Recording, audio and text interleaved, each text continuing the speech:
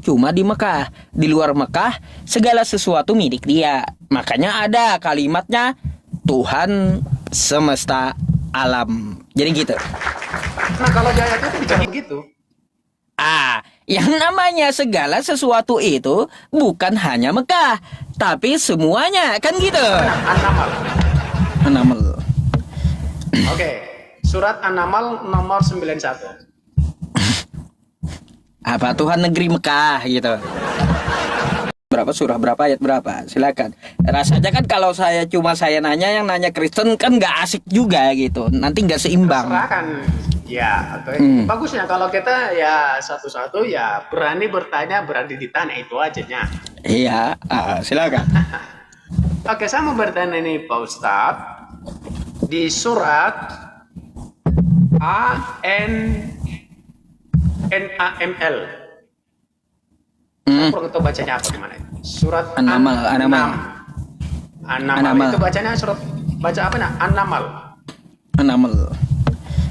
Oke. Surat An-Naml nomor 91. Apa Tuhan negeri Mekah gitu. Kenapa Pak Ustadz? Pak Ustadz bahas ini tadi. Sekarang giliran saya bahas ini gimana? Enggak apa-apa. Apa yang mau Anda Ya, tanyakan? oke, saya enggak pakai apa ya, saya sudah hafal itu. Nah, aku itu merujuk kepada Nabi Muhammad. Aku hanya diperintahkan menyembah Tuhan negeri. Ya, memang Mekah. kata tulis ini, tapi hanya ada Mekah itu dalam huruf Mekah. Ya, tapi itu dijelaskan kata ini itu merujuk kepada Mekah.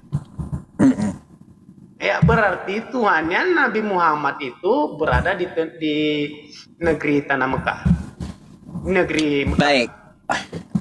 Baik Bang. Sebelum saya menjawab dengan ayat juga gini ya Bang ya. Kira-kira. Nama saya kan Yusuf tuh ya. Abang tahu ya? Nama saya Yusuf. Kira-kira kalaunya ada saya bilang tangan Yusuf. Kira-kira saya cuma tangankah bentuknya atau ada bentuk yang lain dari saya? Tidak ada. Hanya instruksinya itu Pak Ustadz harus konsisten dengan apa ayat yang saya kasih tadi. Ya, saya hanya mencontohkan sama Anda. Ketika ada kosakata ya tangan Yusuf. Apakah yang namanya Yusuf ini cuma tangan gitu bentuknya? Tidak.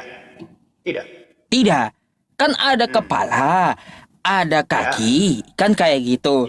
Nah, kalau dinamakan tangan Yusuf ya, berarti bukan cuma tangan yang dimaksud. Artinya merujuk ke Yusuf itu ada kepala, ada kaki, ada dada, ada jantung dan yang lainnya.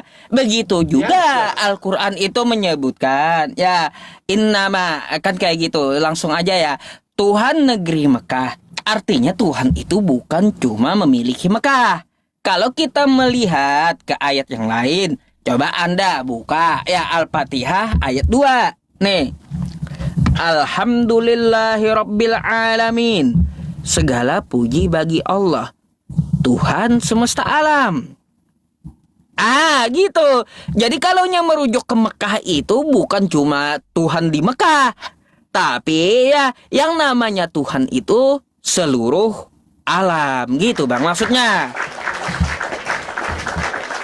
Gitu. Sama tadi ya ketika Anda menyebutkan tangan Yusuf. Yusuf itu bukan cuma bentuk tangan, tapi ada juga kepala. Yang nama Yusuf itu ada jantung, ada kaki, sehingga menjadi satu nama yaitu Yusuf. Ya kan artinya tangan Yusuf. Artinya kan menghususkan ke tangan saya merujuknya. Bukan berarti saya cuma tangan bentuknya Yusuf itu. Ada juga kepala saya, ada yang lain. Begitu juga Tuhan negeri Mekah. Menghususkan di Mekah bukan berarti Tuhannya hanya di Mekah, tapi ya untuk seluruh alam gitu maksudnya. Hanya satu yang dikhususkan menyebut satu kota karena apa? Nabinya ada di Mekah gitu Bang. Oke, saya tanggapi ya. Di situ aku hanya diperintahkan menyembah Tuhan negeri Mekah. Di situ ada kata Tuhan.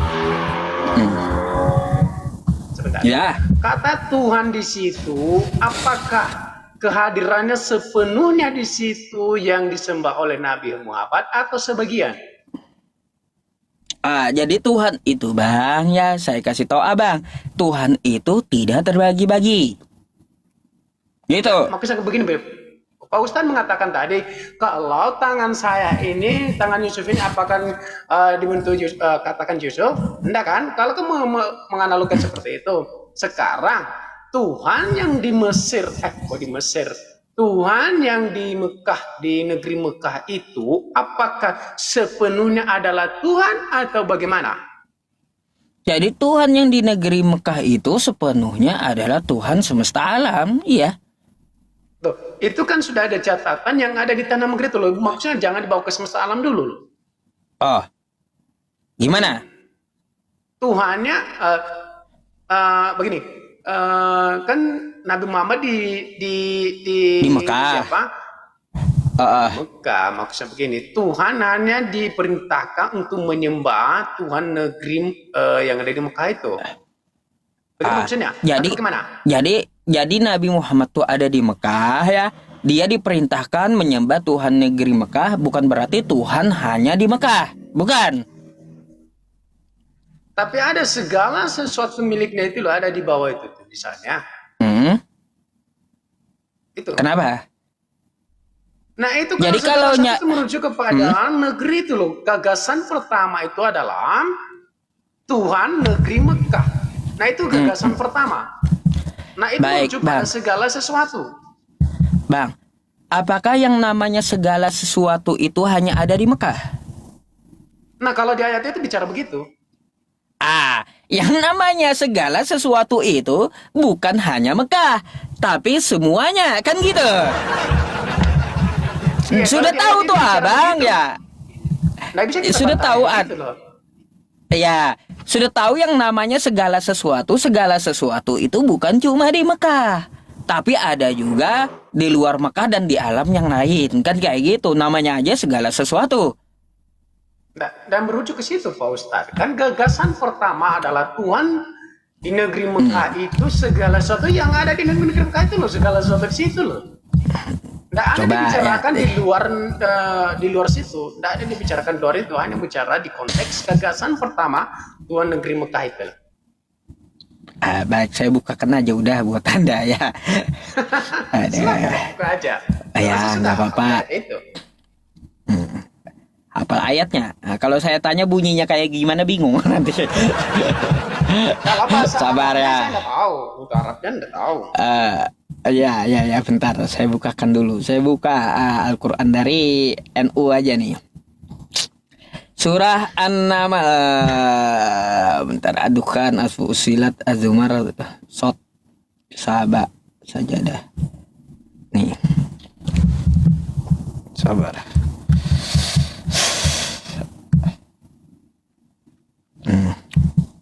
Nih, innama umirtu an a'buda rabbaha. Ini kan kayak gitu ya. Innama umirtu an a'buda rabbaha dzil baldatil ladzi harramaha. Baik, langsung ya.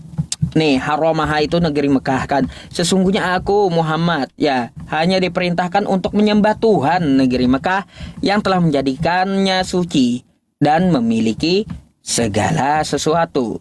Jadi Tuhan yang memiliki segala sesuatu itu bukan cuma di Mekah segala sesuatu tuh bang, ya.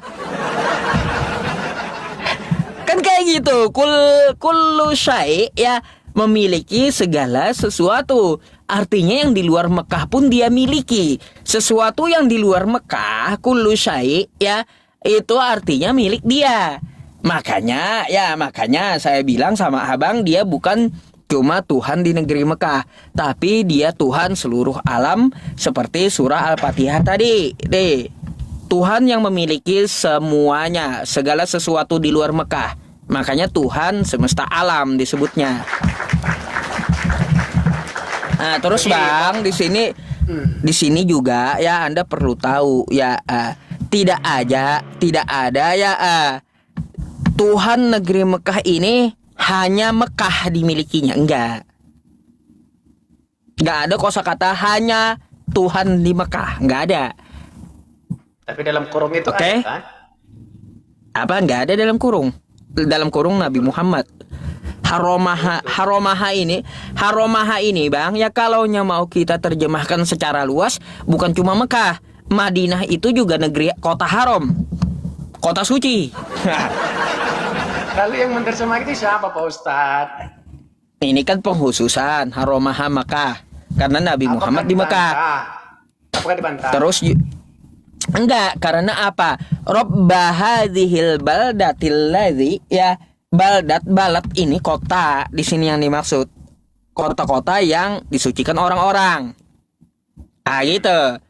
Jadi kalau kita mau luasin gitu ya, bukan cuma Mekah, Madinah juga. Makanya dia itu memiliki segala sesuatu. Yang namanya segala sesuatu bukan cuma di Mekah. Di luar Mekah, segala sesuatu milik dia. Makanya ada kalimatnya Tuhan semesta alam. Jadi gitu. Begini Pak Ustadz, gagasan pertama itu ada dua gagasan ya.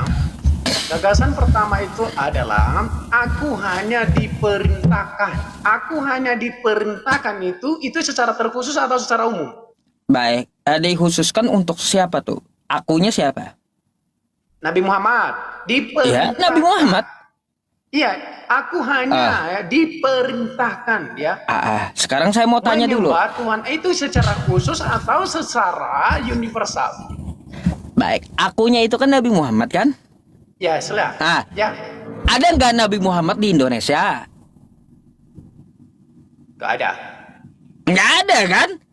Artinya apa? Kenapa dikhususkan disebut Mekah? Karena Nabi Muhammad di Mekah. Gitu. Bukan berarti Tuhannya hanya di Mekah. Nabi Muhammadnya yang di Mekah. Gitu. Loh, itu suatu perintah ya. Aku hanya diperintahkan. Iya. Tidak bersifat universal di situ. Ya, karena Nabi Muhammad cuma di Mekah bang tempatnya. Nggak ada di Indonesia atau belahan dunia lain. Bukan Tuhannya cuma di situ. Nabi Muhammadnya yang di situ. Ya, Tuhannya itu, ya Tuhannya bukan cuma di Mekah.